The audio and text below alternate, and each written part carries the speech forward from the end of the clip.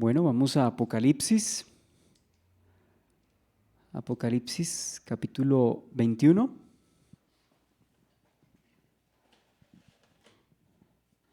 Y estamos ya en este tema de eventos y palabras finales, en el cual abarcamos básicamente Apocalipsis 21 y Apocalipsis 22. Y vamos a dividimos esta sección, en tres partes. Primero, Nuevo cielo y nueva tierra, capítulo 21 del 1 al 8. Segundo, la Nueva Jerusalén, capítulo 21, versículo 9 hasta el capítulo 22, versículo 5. Y tercero, palabras finales, capítulo 22, del versículo 6 al 21. Entonces vamos a referirnos, a retomar los nuevos cielos y la nueva tierra, esta sección que va del versículo 1 al versículo 8. Y dice así: vi un cielo nuevo y una nueva tierra, porque el primer cielo y la primera tierra pasaron, y el mar ya no existía más. Y yo, Juan, vi la santa ciudad, la nueva Jerusalén, descender del cielo de Dios, dispuesta como una esposa ataviada para su marido. Y oí una gran voz del cielo que decía: he aquí el tabernáculo de Dios con los hombres, y Él morará con ellos, y ellos serán su pueblo, y Dios mismo estará con ellos como su Dios. Enjugará Dios toda lágrima de los ojos de ellos, y ya no habrá muerte, ni habrá más llanto, ni clamor, ni dolor, porque las primeras cosas pasaron. Y el que estaba sentado en el trono dijo: he aquí, yo hago nuevas todas las cosas. Y me dijo: escribe, porque estas palabras son fieles y verdaderas. Y me dijo: hecho está, yo soy el alfa y el omega, el principio y el fin. Al que tuviere sed yo le daré gratuitamente de la fuente del agua de la vida. El que venciere heredará todas las cosas, y yo seré su Dios, y él será mi hijo. Pero los cobardes e incrédulos, los abominables y homicidas, los fornicarios y hechiceros, los idólatras y todos los mentirosos tendrán su parte en el lago que arde con fuego y azufre, que es la muerte segunda. Bien, entonces vamos a considerar esta sección y comenzamos con el versículo 1. Recordemos que cuando estábamos en el milenio era un periodo intermedio, es decir, tiene elementos de la eternidad o del nuevo orden de cosas, es decir, el gobierno de Cristo, la justicia, pero también tenía elementos de esta presente creación, ¿como cuáles? No, pero el milenio tiene, decíamos que es un periodo intermedio entre las cosas presentes y las cosas futuras. Decíamos que cosas del futuro, por ejemplo, el reinado de Cristo, pero cosas del presente, de la presente creación, ¿como cuáles tiene el milenio? En el milenio como que pasan también gente, Pasan personas en sus cuerpos personas en sus cuerpos mortales. ¿Qué más que y elementos? que las fieras ya no son fieras. Bueno, eso sería como, bueno, las fieras ya no van a tener ese instinto, digamos, de hacerle daño a la humanidad, ¿sí? Incluso parece que ese instinto depredador ya no va a haber entre las fieras. Pero yo me refiero a los elementos de la presente creación. Usted mencionaba que todavía, por haber cuerpos mortales, pues va a haber muerte, por consiguiente, en el milenio. A eso me refiero. Yo le iba a Que hacer una pregunta. todavía va a haber esa inclinación de los seres humanos, bueno, de ahí eximo a los glorificados, pero yo digo es los que Yo le sobrevivieron, iba a hacer una ¿sí? pregunta y es, Y, perdón, y ellos van a todavía tener ese conflicto en su carne, es decir, el pecado aún, por eso el Señor dice que regirá con vara de hierro, porque todavía va a haber como esa rebelión interna del ser humano. Entonces, el milenio era un estado intermedio, pero ya aquí en Apocalipsis 21:1 estamos hablando del establecimiento de las nuevas cosas. Señor. en esto no encuentro en la Biblia, pues, pues yo no sé si lo habrá, porque yo no, de pronto no habrá ese versículo. ¿Dónde aparecen o qué pasa con los abortivos? Bueno, Con los que no los eran, que han sido abortados, los niños los que eran que antes de nacer. voluntaria e involuntariamente han sido abortados, bueno, ellos básicamente van, pues de acuerdo a los principios bíblicos, pues diríamos que ellos van a la presencia de Dios porque no, digamos, no tuvieron contacto. Primero, no tuvieron contacto con la tierra, con los seres humanos, los demás seres humanos.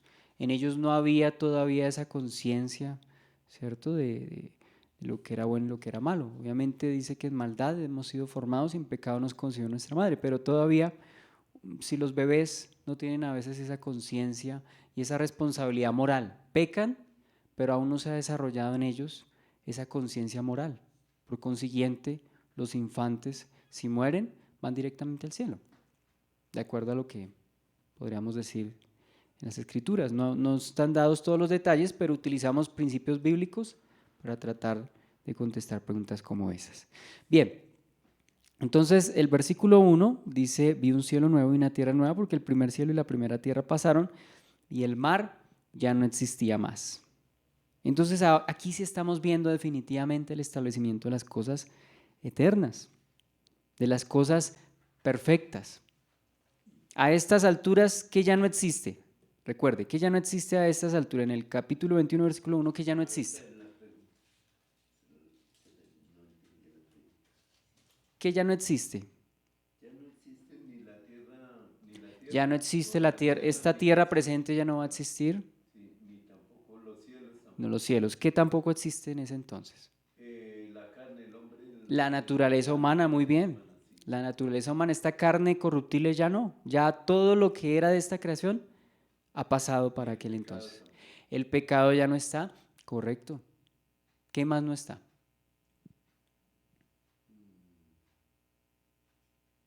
No están ni los cielos ni la tierra. Bueno, los presentes cielos y la presente tierra ya no están, pero Ya ¿qué no más? están, Señor. No está el diablo. El diablo ya no está, ni sus demonios. como el pecado no está, pues ¿Qué otra cosa no está? Falta una, la que los hombres le tienen mucho miedo. a la muerte. La muerte ya no está tampoco. ¿Sí ven? Ya el capítulo 21, a las alturas del capítulo 21, nada de eso hay. Estamos hablando de un orden perfecto de cosas, donde no está Satanás, no está la carne mortal, no está la muerte, por consiguiente no hay pecado, no hay enfermedad, nada de ello. Como iremos, las presentes cosas materiales no estarán. Bien, entonces, eso está profetizado desde el Antiguo Testamento. Recuerda, habíamos leído algunos pasajes en Isaías, capítulo 65, solo lo voy a leer, Isaías 65, versículo 17, porque aquí yo crearé nuevos cielos y nueva tierra, y de lo primero no habrá memoria, ni más vendrá el pensamiento, que está confirmando lo que dijimos, que ya las primeras cosas pasaron. E Isaías 66, 22, donde dice: porque como los cielos nuevos y la tierra nueva y la nueva tierra que yo hago permanecerán delante de mí, dice Jehová, así permanecerá vuestra descendencia y vuestro nombre. Incluso veíamos en Hebreos que el patriarca Abraham tenía su mirada en aquella ciudad cuyo arquitecto y constructor es Dios. ¿A qué ciudad hace referencia? A la Nueva Jerusalén, ¿sí? Entonces Hebreos nos da más referencias a esta ciudad. Dice que los creyentes espiritualmente y en cuanto a su comunión, en el Hebreos 12 del 22 al 24 dice: porque no os habéis acercado a un monte que se podía palpar, sino que os habéis acercado al monte del Dios vivo. Dice: os habéis acercado a Sión, a la ciudad celestial, a la compañía de esos santos, a los primogénitos, a los espíritus de los justos hechos perfectos. Pedro también hace referencia a los nuevos cielos y a la nueva tierra. Segunda de Pedro, capítulo 3, versículo 10 al versículo 13. Dice: mas nosotros esperamos cielos nuevos y tierra nueva, ¿cierto? En los cuales mora la justicia. Eso lo vemos en 2 de Pedro capítulo 3 del versículo 10 al versículo 13. Pero el día del Señor vendrá como ladrón en la noche, en el cual los cielos pasarán con gran estruendo y los elementos ardiendo serán deshechos y la tierra y las obras que en ella hay serán quemadas. Decíamos que este versículo corresponde al establecimiento del trono blanco, donde dice que no se haya lugar para los presentes cielos y la presente tierra. Versículo 11. Puesto que todas estas cosas han de ser deshechas, ¿cómo no debéis vosotros andar en santa y piadosa manera de vivir, esperando y apresurándoos para la venida del día de Dios, en el cual los cielos encendiéndose serán deshechos y los elementos siendo quemados se fundirán? Pero nosotros esperamos, según sus promesas, cielos nuevos y tierra nueva, en los cuales mora la justicia. Bien, también habíamos mencionado, el escritor de Hebreos menciona que las cosas movibles serán definitivamente quitadas. ¿Para dar paso a qué? A las cosas inconmovibles. Eso lo encontramos, dice en Hebreos capítulo 12, versículo 27, y esta frase aún una vez indica la remoción de las cosas movibles como cosas hechas para que queden las inconmovibles. Entonces, las cosas removibles serán quitadas para dar lugar a las cosas que no se moverán. Bien. También hablamos de la destrucción de los presentes cielos y la presente tierra en el Salmo 102.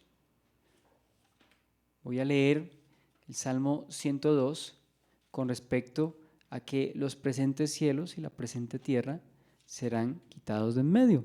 Versículo 25 al versículo 26. Desde el principio tú fundaste la tierra y los cielos son obra de tus manos. Ellos perecerán, mas tú permanecerás, y todos ellos como una vestidura se envejecerán, como un vestido los mudarás y serán mudados. Recuerda lo que dice en el establecimiento del trono blanco. Dice que no se halló lugar para los presentes cielos y la presente tierra. Todo esto será destruido para dar lugar a las nuevas cosas. De la misma manera que mencionábamos el ejemplo de que cuando van a construir un nuevo edificio, primero tienen que demoler la casa antigua que esté ahí y luego sí se construye un edificio. Y eso es lo que va a ocurrir. Los presentes cielos y la presente tierra serán destruidos de raíz para dar lugar a las cosas que permanecen, las cosas eternas. Se fundirán, serán destruidas. No habrá rastro de los presentes cielos y la presente tierra. Bien. Y vamos a hablar, versículo 2 al versículo 3, del descenso de la nueva Jerusalén.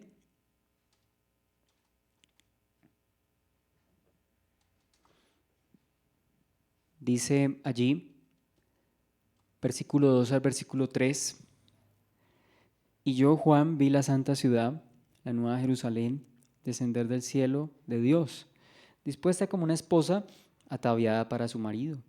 Y oí una gran voz del cielo que decía, he aquí el tabernáculo de Dios con los hombres, y Él morará con ellos, y ellos serán su pueblo, y Dios mismo estará con ellos como su Dios. Respecto a esto, entonces dice que Juan vio la santa ciudad, la nueva Jerusalén, descender del cielo de Dios. El hecho que descienda no significa que haya sido ahí mismo creado. Queda a entender que descienda, que ya existía anteriormente. Como comenta sensatamente John MacArthur, indica que ese lugar ya había existido por siempre, pero que ahora desciende al cielo nuevo y la nueva tierra de su lugar eterno y sublime. Eso estaría entonces en armonía con lo que habíamos leído en Hebreos capítulo 12, versículo 22 al 24, cuando dice, sino que os habéis acercado al monte de Sión, a la ciudad del Dios vivo, Jerusalén la celestial, a la compañía de muchos millares de ángeles, a la congregación de los primogénitos que están inscritos en los cielos, a Dios, el juez de todos, a los espíritus de los justos hechos perfectos, a Jesús, el mediador del nuevo pacto, y a la sangre rociada que habla mejor que la de Abel. Entonces, dice que se han acercado a esa ciudad. la ciudad del Dios vivo, ¿no? La Jerusalén celestial. Ahora, Jerusalén es significativa, incluso la Jerusalén presente o la Jerusalén terrenal, en su momento, hizo referencia a dos cosas: el lugar de la comunión con Dios y el lugar de la adoración a Dios. Si pudiéramos resumir el significado espiritual de Jerusalén, incluyendo la terrenal, la cual es figura y símbolo, solamente una sombra de la celestial, diríamos que Jerusalén es el símbolo de la comunión, o significa o hace referencia a la comunión con Dios y el lugar de la adoración a Dios. Estos dos eventos o esos dos elementos están presentes en cuanto a lo que Jerusalén se refiere. ¿Está claro? Porque desde el Antiguo Testamento se relacionó como ese lugar donde Dios, ¿cierto?, gobernaría, donde Dios tendría ese lugar de comunión con su pueblo, de regocijo con su pueblo, y donde estaba nada más y nada menos que estaba en Jerusalén, en cuanto a la adoración que había en Jerusalén. El templo de Dios, el lugar de la comunión y el lugar de la adoración. Allí se estableció el templo, ¿no?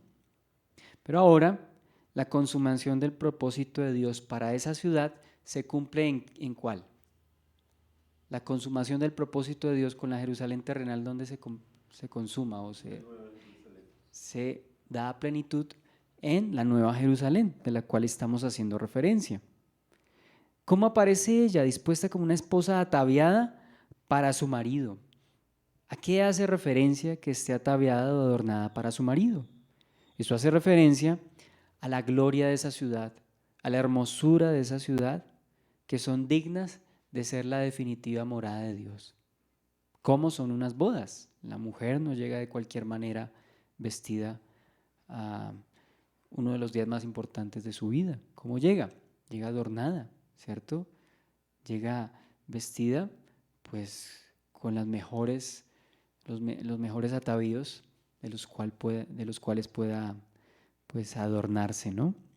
Y vemos que la Nueva Jerusalén desciende de esa manera. Va a ser una ciudad preciosísima, o más bien es, no que va a ser, es, va a descender y entonces será revelada finalmente y veremos entonces esa ciudad hermosa, bella, maravillosa. Bueno, si decimos que ya existía antes, probablemente los espíritus de los justos hechos perfectos, a los cuales hace referencia Hebreos, da a entender que los santos ya han tenido contacto con esa ciudad.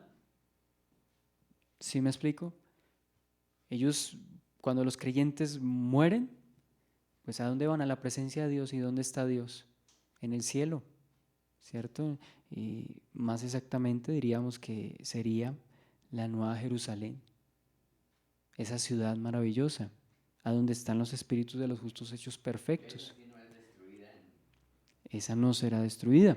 Cuando los cielos desaparezcan. Sí, Señor, porque los nuevos cielos y la nueva tierra es el lugar ideal para que la morada de Dios, la Nueva Jerusalén, descienda y esté en medio de los hombres.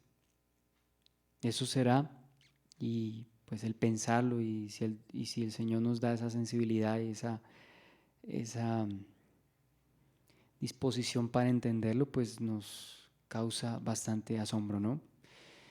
Entonces dice: he aquí el tabernáculo de Dios con los hombres, y Él morará con ellos, y ellos serán su pueblo, y Dios mismo estará con ellos como su Dios.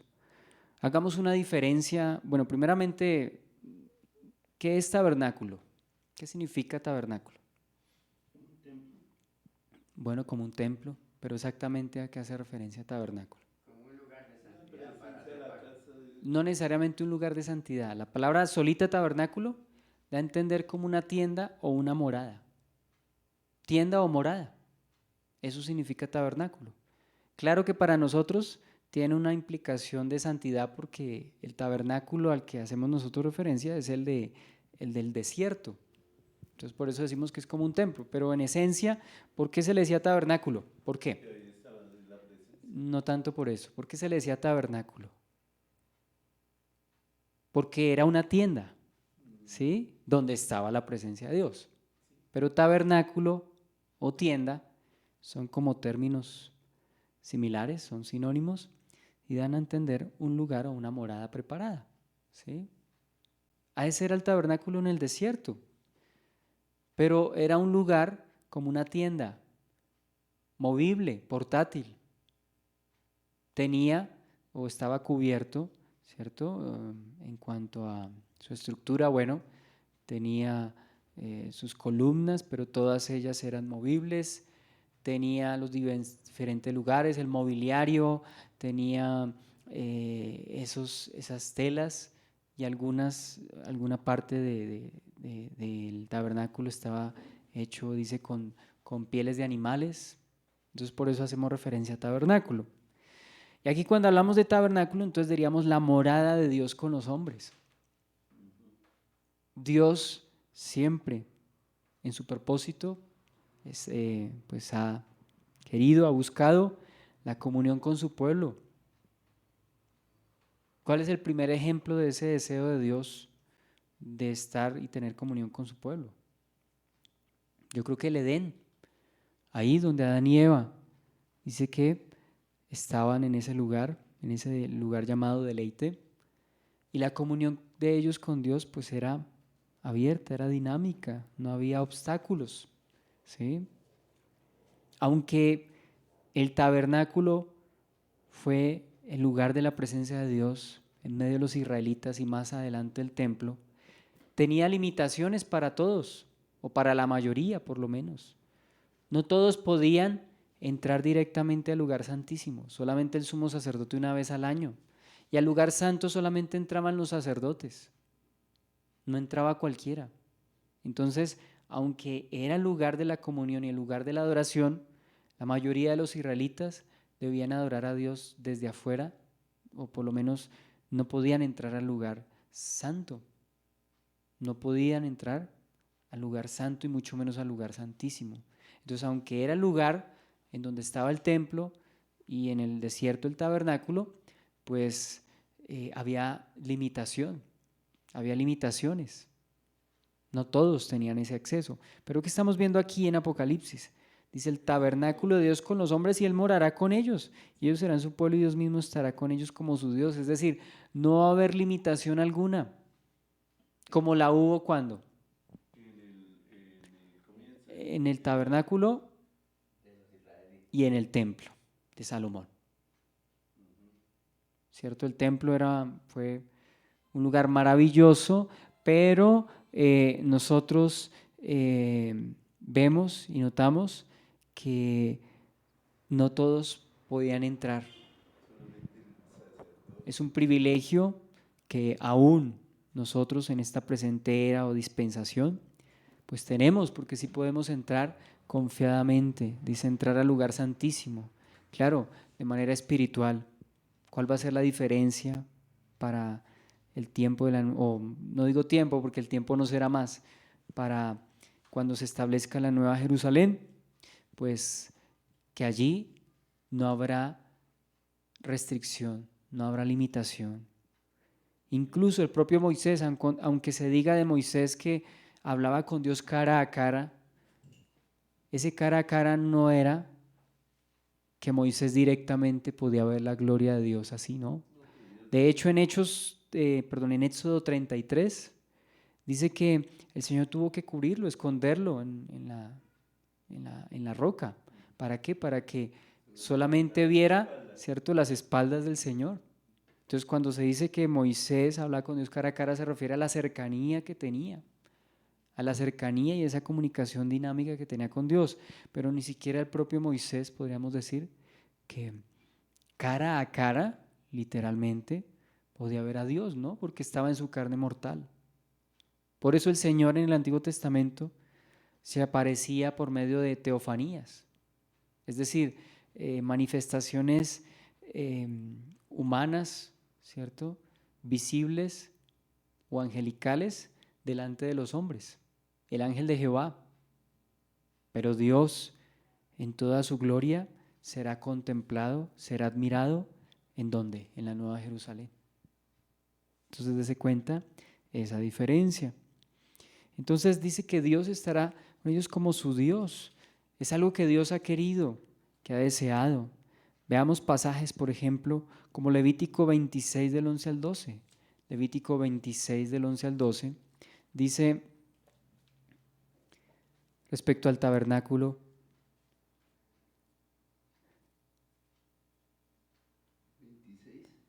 Levítico 26,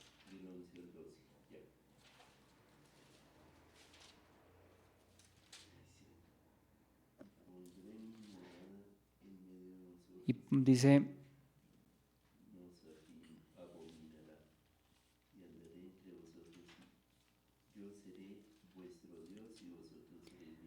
y pondré mi morada en medio de vosotros, y mi alma no os abominará, y andaré entre vosotros, y yo seré vuestro Dios, y vosotros seréis mi pueblo.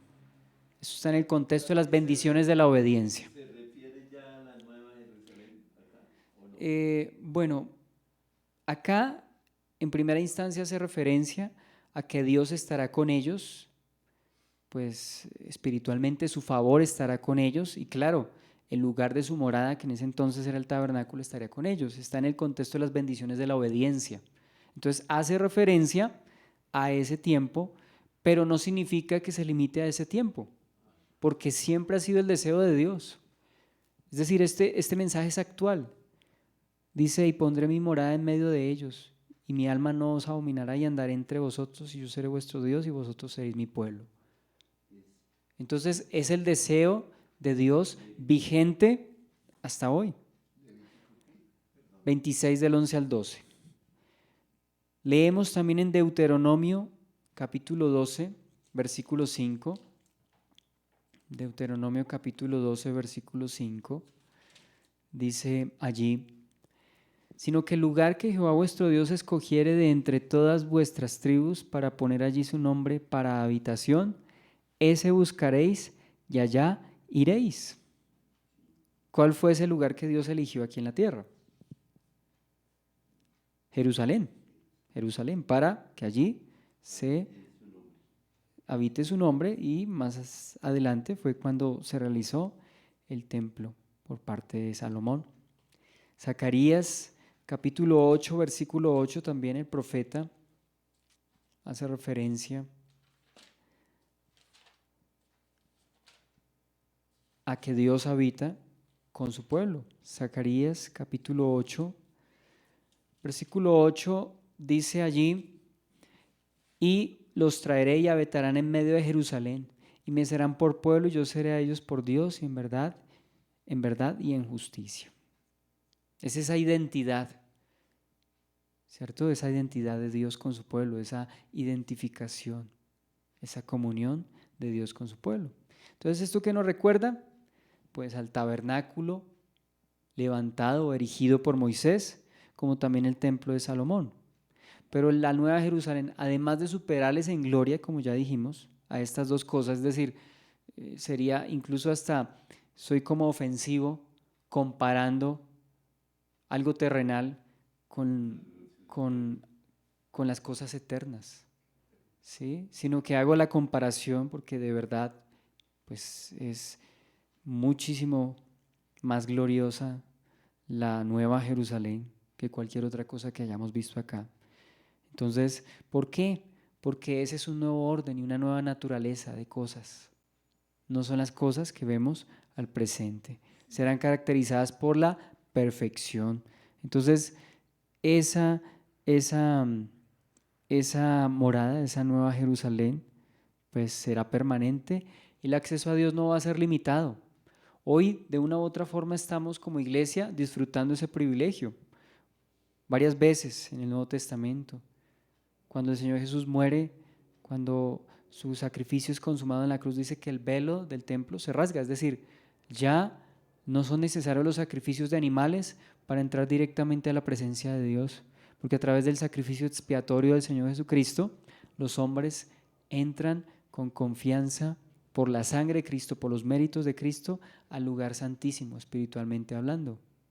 O sea, es real, pero espiritual, ¿cierto? Entonces, vemos otros pasajes, por ejemplo, cuando dice que por medio de Cristo los unos y los otros tenemos entrada por un mismo espíritu al Padre. También vemos que dice en Cristo tenemos acceso con confianza al tener y poner la confianza en Él. Efesios capítulo 3. También vemos en Hebreos ese famoso pasaje, tenemos entrada para entrar, tenemos libertad para entrar al lugar santísimo por la sangre de Jesucristo.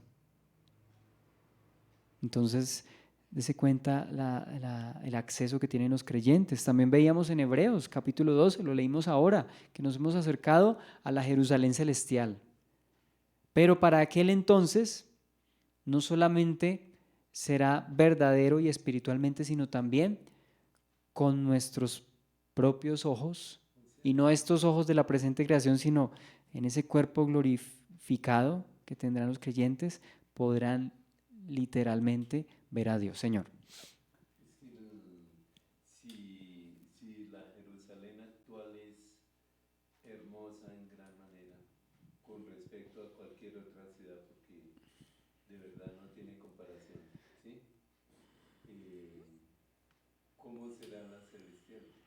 La nueva Jerusalén. La Nueva Jerusalén. Bueno, yo no he estado nunca en Jerusalén, pero en cuanto a que sea hermosa, yo creo que es más por lo representativa. Sí, tiene cosas muy... Los judíos, los hebreos, los judíos son pues bastante cuidadosos con los lugares, ¿sí? Eso sí, ellos son así. Pero, ¿cuál es el atractivo de Jerusalén? Pues la historia bíblica que hay detrás de Jerusalén. Ese es el atractivo, pero físicamente no creo que por la belleza actual. Se experimenta paz Se experimenta, bueno, si usted menciona que se experimenta esa paz y como que, y los que han ido hablan de eso, aunque físicamente no sea un lugar, ¿cierto? Que de pronto, bueno, es sí, bonito, especial, eso cuentan los que han ido. Dicen que sienten la presencia de Dios, que es algo especial, significativo, bueno, sí, puede ser, pero aún con todo y eso, la belleza de Jerusalén no tiene comparación, ni siquiera con la Jerusalén en sus tiempos de gloria, ni siquiera con la Jerusalén en tiempos de Salomón, o en los tiempos en que, pues físicamente, Herodes el Grande la adornó con ese templo y todas esas cosas, ni siquiera se comparan. Bien. Entonces, hemos visto y por consiguiente vemos que el deseo de Dios ha sido morar con los hombres, el deseo de Dios de morar con su pueblo, con los hombres. A través de la Escritura, nosotros vemos que Dios ha querido tener cercanía y comunión con su pueblo. Esto se ve claramente cuando dijimos en primer lugar. Por primera vez, ¿cuándo se ve esa comunión? En el Edén. Debido al pecado, pues estos se escondieron. Cuando entró el pecado, entró la vergüenza y el hombre a querer esconderse de Dios. De igual manera, en el desierto, el Señor también quiso manifestarse a Israel. Pero, ¿qué pasó? Pues ellos se negaron a estar delante de la presencia de Dios y prefirieron que les mandara razones con Moisés, pero no creo que haya sido el deseo inicial de Dios. Si notamos nosotros en Éxodo, leo Éxodo capítulo 19, versículo 5 al versículo 11, dice allí: ahora pues, si diereis oído a mi voz y guardareis mi pacto, vosotros seréis mi especial tesoro sobre todos los pueblos, porque mía es toda la tierra. Y vosotros me seréis un reino de sacerdotes y gente santa. Estas son las palabras que dirás a los hijos de Israel. Entonces vino Moisés y llamó a los ancianos del pueblo y expuso en presencia de ellos todas estas palabras que Jehová había mandado. Y todo el pueblo respondió a una y dijeron: todo lo que Jehová ha dicho haremos. Y Moisés refirió a Jehová las palabras del pueblo. Entonces Jehová dijo a Moisés: he aquí yo vengo a ti en una nube espesa, para que el pueblo oiga mientras yo hablo contigo, y también para que te crean para siempre. Y Moisés refirió las palabras del pueblo a Jehová. Y Jehová dijo a Moisés: ve al pueblo y santifícalos hoy y mañana, y laven sus vestidos. Y estén preparados para el día tercero, porque al tercer día Jehová descenderá a ojos de todo el pueblo sobre el monte Sinaí. Eso es Éxodo 19, del 5 al 11. Pero el pueblo se negó y pidió más bien que Moisés fuese el intermediario entre Dios y ellos. Eso lo vemos en Éxodo capítulo 20, del 18 al 19. Cuando vieron la manifestación del Señor en el monte Sinaí, dice el versículo 18, todo el pueblo observaba el estruendo y los relámpagos y el sonido de la bocina y el monte que humeaba, y viendo el pueblo temblaron y se pusieron de lejos. Y dijeron a Moisés: habla tú con nosotros y nosotros oiremos, pero no hable Dios con nosotros para que no muramos. Y Moisés respondió al pueblo: no temáis, porque para probaros vino Dios, y para que su temor esté delante de vosotros, para que no pequéis. Entonces el pueblo estuvo a lo lejos, y Moisés se acercó a la oscuridad a la cual estaba Dios. Entonces el pueblo, en una aparente, digamos, en una aparente señal de temor de Dios, dice: no, que hable. Dice: no hablemos, no, nosotros no, ¿cierto? Para que no muramos. Hables Dios. Aparentemente era una señal de temor. Y el Señor dice, creo que en Deuteronomio: ojalá ojalá tuviesen temor de mí de esa manera como están diciendo. Ojalá ese temor fuese de verdad, ¿sí? Ojalá de verdad tuviesen ese temor. Pero sí, o sea, ellos pues no querían, y eso tiene un sentido espiritual, ¿no? No querían morir a sí mismos, no querían renunciar a ellos mismos. Y eso se vio más adelante, por ejemplo, en la adoración del becerro de oro y las veces que probaron, que tentaron a Dios. Entonces tenían miedo supuestamente de venir ante Dios, pero no tenían miedo de pecar. Entonces no era un temor genuino, era un temor no genuino, no santo. También mencionamos que tanto el tabernáculo en el desierto como el templo, ¿qué evidenciaban? El deseo de cercanía del Señor con su pueblo. Ya mencionamos más adelante que el Señor moraría o iba a morar en Jerusalén, o morará en Jerusalén. Zacarías 8, del 1 al 3. Probablemente esto haga referencia al tiempo del milenio, que ya vimos anteriormente, porque estamos en el capítulo 21 y las cosas del capítulo 21 son posteriores al milenio, recordémoslo. Entonces vemos en Zacarías capítulo 8, versículo 1 al versículo 2, dice allí: vino a mí palabra de Jehová de los ejércitos diciendo, así ha dicho Jehová de los ejércitos, celé a Sión con gran celo y con gran ira la celé, así dice Jehová, yo he restaurado a Sión y moraré en medio de Jerusalén, y Jerusalén se llamará ciudad de la verdad, y el monte de Jehová de los ejércitos, monte de santidad. Entonces, en la Nueva Jerusalén es el lugar en el que finalmente el Señor va a consumar su propósito a plenitud para morar con su pueblo por toda la eternidad. Las cosas que estamos viendo a partir de allí no van a cambiar, son las cosas inconmovibles. La Jerusalén, la Nueva Jerusalén, desciende del cielo de Dios de una vez y para siempre, y allí se establecerá por toda la eternidad. Ya no habrán cambios, ya no habrán más periodos, ya no habrán más eras, sino prácticamente resumimos el futuro de ahí en adelante como la eternidad, ¿sí? Dice más adelante: y ellos serán su pueblo y Dios mismo estará con ellos como su Dios. Señor. Perdón, y la pregunta, aquí en esta parte de la palabra en Tito capítulo 2, que dice que aguardando la esperanza bienaventurada y la manifestación gloriosa de nuestro gran Dios y Salvador Jesucristo, quien se dio a sí mismo por nosotros para redimirnos de toda iniquidad y purificar para sí un pueblo propio, celoso de buenas obras. Su propio pueblo, sí señor. Aquí es donde ya se cumple esta, No, ¿no? que si se cumple en ese momento, su merced está haciendo referencia a Tito, ¿qué? Tito 2. Tito 2 dice la esperanza bienaventurada y la aparición gloriosa de nuestro Señor y Salvador Jesucristo. Eso ya lo habíamos visto en la segunda venida del Señor Jesucristo. Es decir, en el capítulo 19.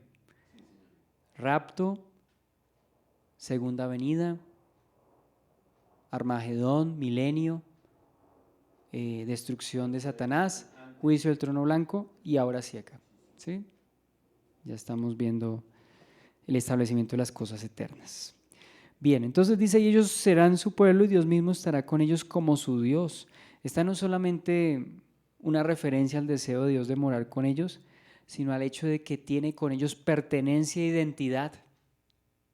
¿En qué consiste esa pertenencia y esa identidad? Hace referencia a esa comunión, de que Dios es nuestro Dios y que nosotros somos su pueblo, ¿sí? De pertenencia e identidad. Y eso es algo que el Señor siempre ha buscado y ha querido, no solamente desde el tiempo del Antiguo Testamento, sino también en el Nuevo Testamento el Señor lo ha manifestado en varias ocasiones. Vamos a ver esos pasajes que hablan precisamente de esa identidad con Dios, es decir, yo seré su Dios, ellos serán mi pueblo. Yo seré su Dios, ellos serán mi pueblo. Bueno, ya habíamos hecho referencia a Levítico capítulo 26 del 11 al 12, ¿no? Ya hemos hecho referencia a este pasaje, vuelvo y lo leo. Dice, y pondré mi morada en medio de ellos, y mi alma no os abominará. Y andaré entre vosotros, y yo seré vuestro Dios, y vosotros seréis mi pueblo. Dice Deuteronomio capítulo 12, versículo 5, que también ya lo leímos. Deuteronomio 12, 5. Sino que el lugar que Jehová vuestro Dios escogiere de entre todas vuestras tribus para poner allí su nombre para habitación, ese buscaréis, y allá iréis. Jeremías capítulo 24, versículo 7. Jeremías 24, 7. Dice allí, y les daré corazón para que me conozcan que yo soy Jehová, y me serán por pueblo, y yo les seré a ellos por Dios, porque se volverán a mí de todo su corazón.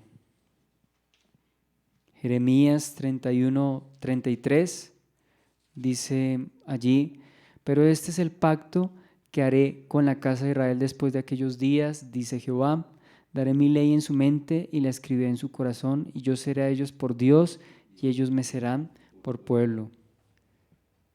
Jeremías 32, 38 dice, y me serán por pueblo, y yo seré a ellos por Dios. Zacarías capítulo 8, versículo 8, bueno, estamos repasando estos pasajes que ya vimos. Zacarías 8, 8, y los traeré y habitarán en medio de Jerusalén, y me serán por pueblo, y yo seré a ellos por Dios, en verdad y en justicia. El Nuevo Testamento, 2 Corintios capítulo 6, del 16 al 18, 2 Corintios capítulo 6, del 16 al 18. ¿Qué acuerdo hay entre el templo de Dios y los ídolos? Porque vosotros sois el templo del Dios viviente, como Dios dijo, y habitaré y andaré entre ellos, y seré su Dios, y ellos serán mi pueblo. Por lo cual salid de en medio de ellos y apartaos, dice el Señor, y no toquéis lo inmundo, y yo os recibiré, y seré para vosotros por Padre, y vosotros me seréis hijos e hijas, dice el Señor Todopoderoso. Dese cuenta que el principio de identidad con Dios y con su pueblo no solamente se ve en el Antiguo, sino en el Nuevo Testamento. Y esto también nos confirma que lo que se le dijo a Israel también se aplica a nosotros en cuanto a este punto, ¿no? Que si a Israel se le dijo su pueblo e Israel debía pues ver al Señor como su Dios, pues también para nosotros aplica, porque estos pasajes que son del Antiguo Testamento, el apóstol Pablo los está citando para aplicarlos ¿a quién? A la iglesia, a la iglesia, a la iglesia, ¿bien? Entonces, estamos viendo este cumplimiento pleno, ¿no? Versículo 4, pasamos al versículo 4 de Apocalipsis 21, nuestro pasaje central. Enjugará Dios toda lágrima de los ojos de ellos, y ya no habrá muerte, ni habrá más llanto, ni clamor, ni dolor, porque las primeras cosas pasaron. Vemos entonces allí, enjugará Dios toda lágrima de los ojos de ellos, y ya no habrá muerte, ni habrá más llanto, ni clamor, ni dolor, porque las primeras cosas pasaron. De acuerdo con esto, en los nuevos cielos y en la nueva tierra ya no existirá tristeza, ya no existirá dolor y ya no existirá ¿qué? Enfermedad ni muerte. Ya no existirá enfermedad ni muerte. ¿Sí? Debemos aclarar que a estas instancias, ¿se acuerda lo que dijimos al principio del versículo 1? Que ya no había pecado, ya no había muerte, ya no estaba Satanás, ya no está esta carne mortal.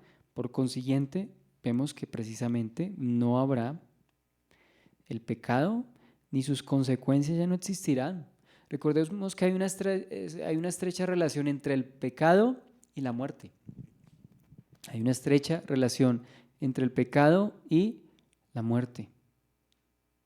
Primera de Corintios, capítulo 15.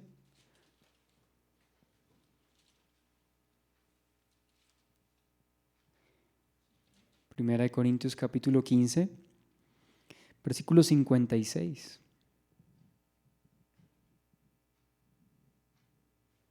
Ya que el aguijón de la muerte es el pecado y el poder del pecado, la ley.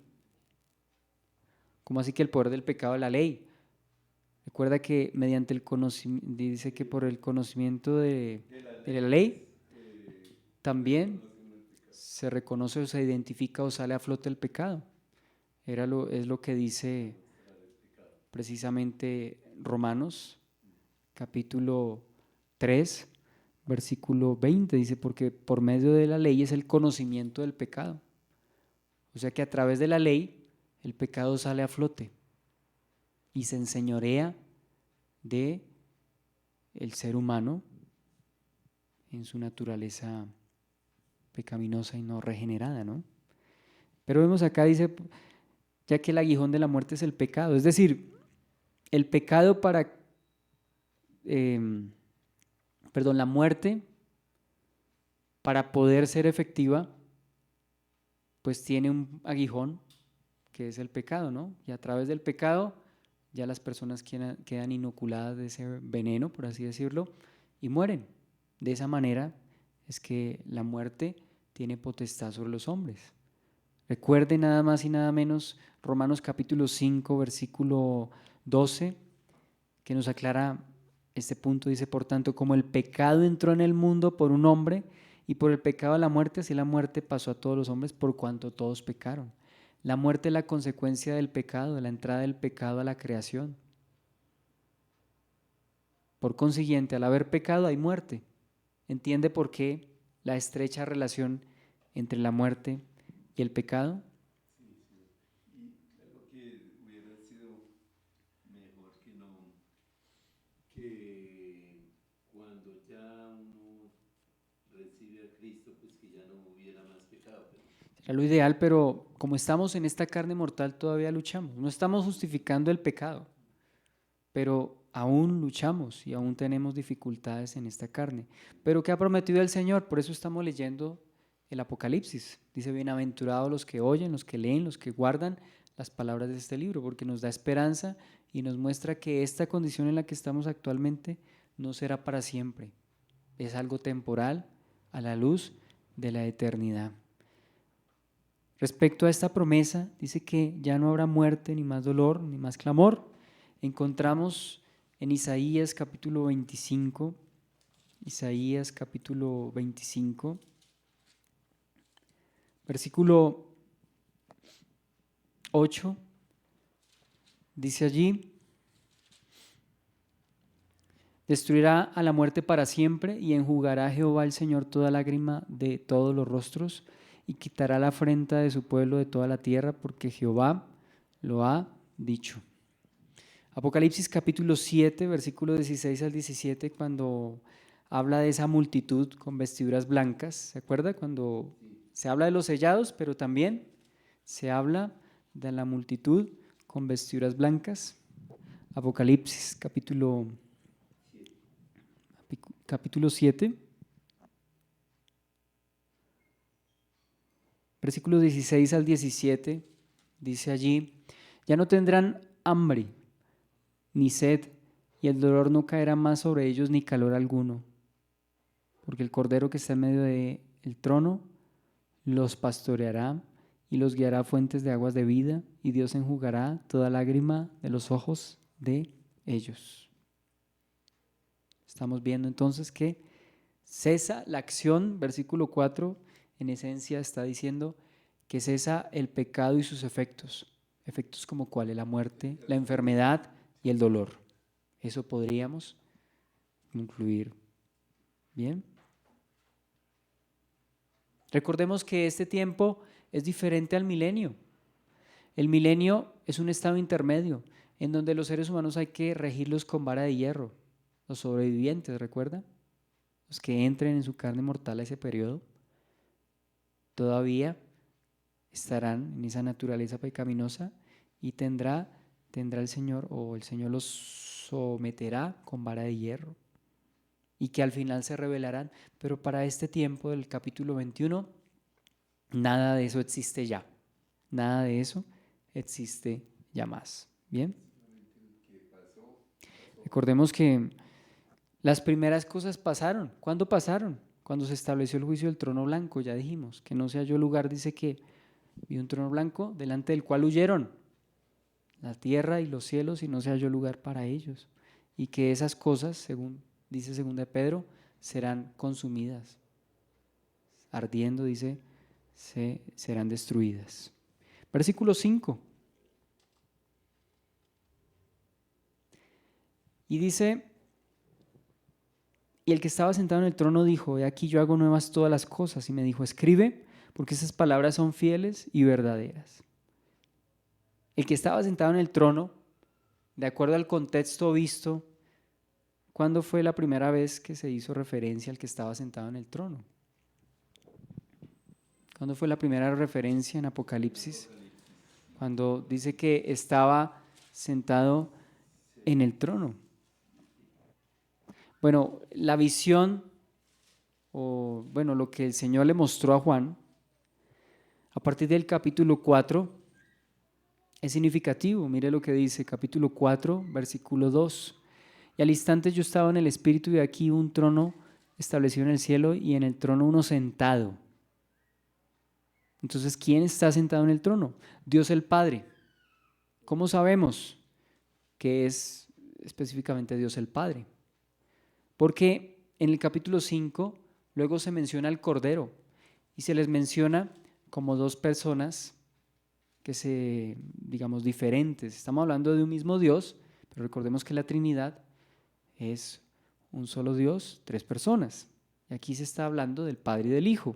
Apocalipsis capítulo 5, versículo 13, dice en la segunda parte del versículo: al que está sentado en el trono y al Cordero. ¿Sí ve? Al que está sentado en el trono y al Cordero. Entonces, Apocalipsis capítulo 21, versículo 5, hace referencia a que estaba sentado en el trono.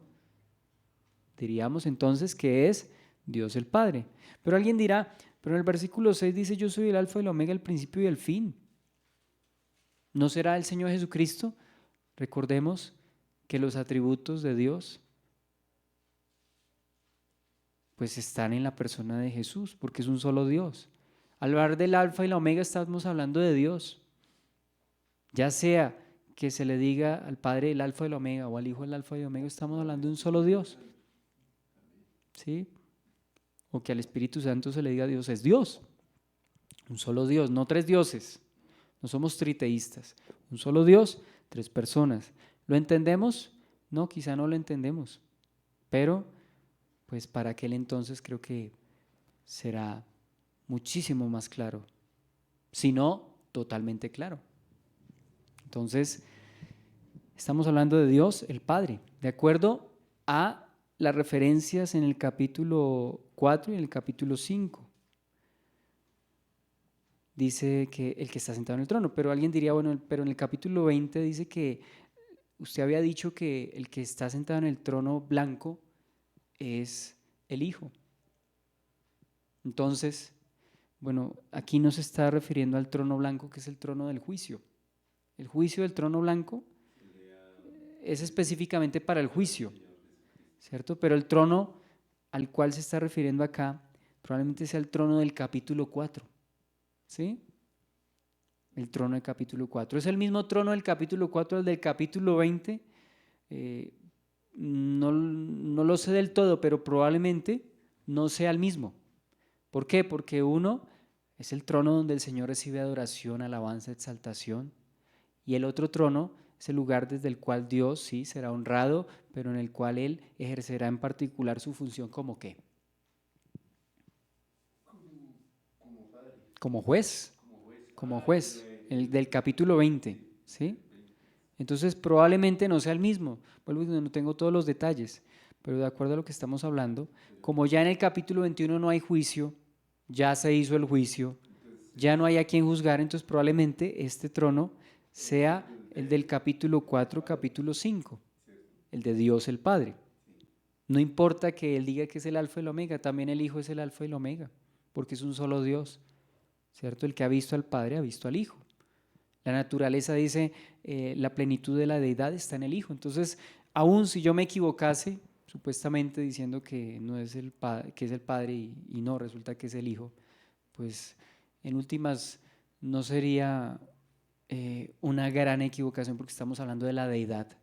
Estamos hablando del alfa y el omega. Jesús es el alfa y el omega, así es. Es el primero y el último, así es. El Padre es el alfa y el omega, sí, es el primero y el último, así es. En Isaías se describe como tal. Entonces, sea como sea, Dios mismo está en el trono. ¿Y qué dice el Señor? Yo hago nuevas todas las cosas. En este trono está haciendo era eso, nuevas las cosas.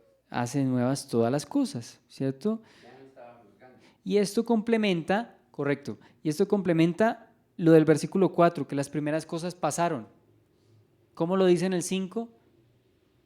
Yo hago nuevas todas las cosas. Y en el 4, las antiguas cosas pasaron. O sea que vienen nuevas cosas de acuerdo al capítulo 5. Y esta nueva creación, habíamos dicho que es imperecedera, que esta nueva creación es perfecta, que esta nueva creación, como ya dijimos, está alejada del pecado y de las consecuencias del pecado. ¿Cuáles son las consecuencias del pecado? Muerte, dolor, enfermedad, llanto y cada una de estas, ¿no? Seguimos leyendo y terminamos aquí. Versículo 6. Y me dijo, hecho está, yo soy el alfa y el omega, el principio y el fin. Al que tuviere sed yo le daré gratuitamente de la fuente del agua de la vida. Bien. Entonces, el Señor se declara como el alfa y el omega. ¿Recuerda que es el alfa y el omega? Pero, ¿qué es alfa y qué es omega? ¿Qué es alfa y qué es omega? Alfa es la primera letra del alfabeto griego y omega es la última letra del alfabeto griego. Y por eso el Señor se identifica como el alfa y el omega, el primero y el último. Es decir, el Dios eterno, el principio y el fin, el Dios eterno, ¿no? Es a lo que estamos haciendo referencia y no es la primera vez que el Señor se refiere a sí mismo como el alfa y el omega. Al final de Apocalipsis se identifica como el alfa y el omega, pero también al principio, ¿no? Es significativo que si el alfa y omega significa principio y fin, pues en el principio de Apocalipsis se identifica como tal, al final de Apocalipsis se identifica también como tal. Apocalipsis 1:8, yo soy el alfa y el omega, el principio y el fin, dice el Señor, el que es, el que era y el que ha de venir, el Todopoderoso. ¿Quién está hablando ahí? El Hijo. Capítulo 1, versículo 8. Si hablamos del Hijo, hablamos del alfa y el omega, el primero y último. Si hablamos del Padre, estamos hablando del alfa y el omega, el primero y el último. Bien, y lo dejaremos allí, proseguiremos, si Dios lo permite, en 8 días.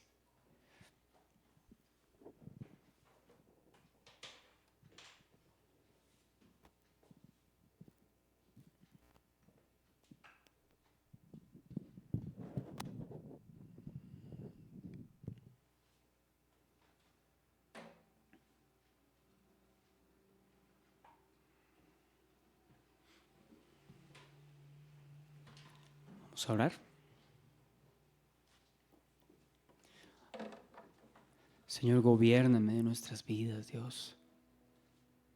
Señor, qué gran panorama el que nos muestras delante de nosotros en Apocalipsis. Que en verdad, Señor, haya en nosotros el deseo, la actitud, el anhelo de morar contigo, Señor. Aún desde ya tenemos entrada al lugar santísimo por la sangre de Jesucristo. Damos honor a ti, Señor.